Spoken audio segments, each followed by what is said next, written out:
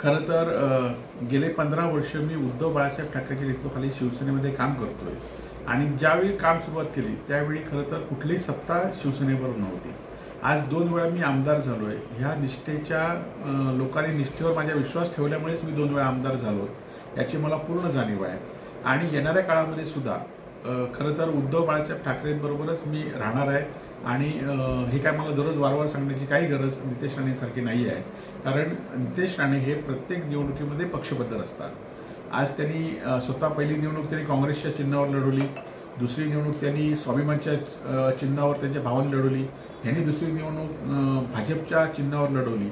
आणि त्यामुळे सत्ता जिथे असेल तिथे हे राणे कुटुंबीय असतात आणि त्यामुळे सत्ता आणि ह्यांचं नातं जवळच आहे, पण निष्ठेचं नातं मात्र यांचं काही निष्ठा आणि ह्यांचं नातं यामध्ये कुठलाही दुरावणे संबंध नाही.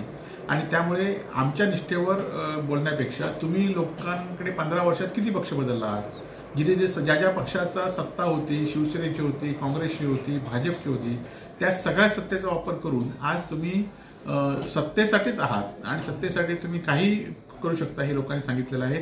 आणि खरं तर गेले 15 वर्षापेक्षा जास्त वर्ष मी शिवसेनेबरोबर काम करतोय आणि यापुढच्या आणि म्हणूनच त्यांना खरं तर त्याचा पोटशूळ होतोय.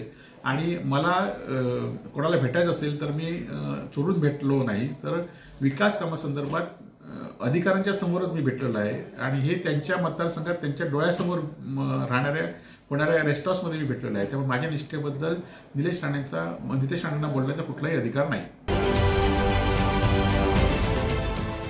देश विदेशातील प्रत्येक घडामोडींचे लाईव्ह अपडेट मिळवण्यासाठी आता साम टीव्हीच्या सर्व सोशल मीडिया प्लॅटफॉर्मला लाईक, फॉलो आणि सबस्क्राईब करा.